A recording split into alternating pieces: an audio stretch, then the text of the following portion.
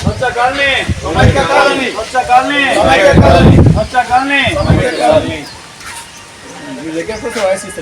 స్వచ్ఛ colony సమైక్య colony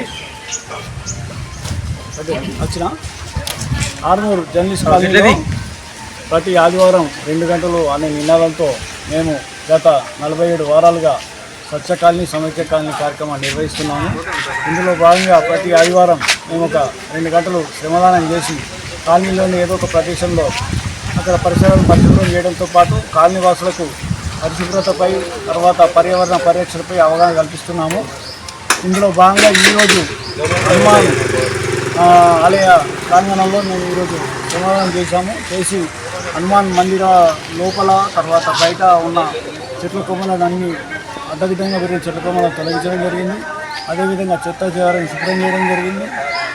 తర్వాత అంత పరిసరాలను శుభ్రం చేయడం జరిగింది.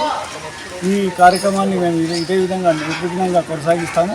50వ వారాన్ని మేము పెద్ద ఎత్తున జరుపుకుంటామని చెప్పి తెలియజేస్తున్నాము. ఇందులో కాలనీవాసులంతా పెద్ద ఎత్తున పాల్గొనాలని చెప్పి కోరుతున్నాము.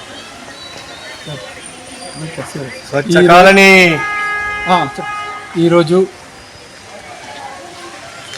జర్నలిస్ట్ కాలనీ అభివృద్ధి కమిటీ ఆధ్వర్యంలో 47వ వారంలో భాగంగా ఈ యొక్క ఆలయ ప్రాంగణంలో ఆలయం లోపల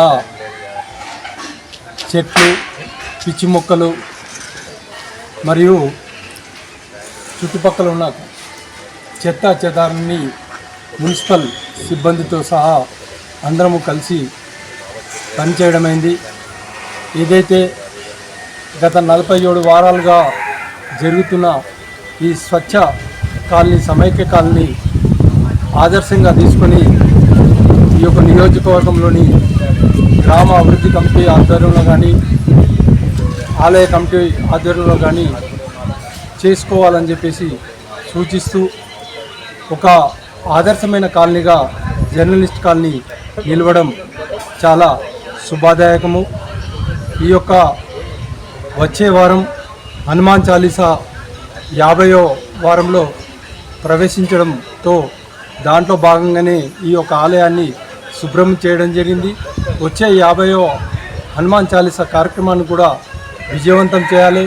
అలాగే అభివృద్ధి కమిటీలో జరిగే ఈ యొక్క స్వచ్ఛ కాలనీ కూడా ప్రతి ఒక్కరూ భాగస్వామ్యం కావాలని చెప్పేసి కోరుతూ మున్ముందు అనేక రకమైన కార్యక్రమాలలో భాగస్వామ్యం కావాలని చెప్పేసి కోరుకుంటూ అందరము కలిసి పనిచేద్దామని చెప్పేసి తెలియజేస్తూ అందరికీ శుభాకాంక్షలు తెలియజేస్తున్నాను. జై హింద్, జై భారత్. స్వచ్ఛ కాలనీ సమైక్య కాలనీ స్వచ్ఛ కాలనీ సమైక్య కాలనీ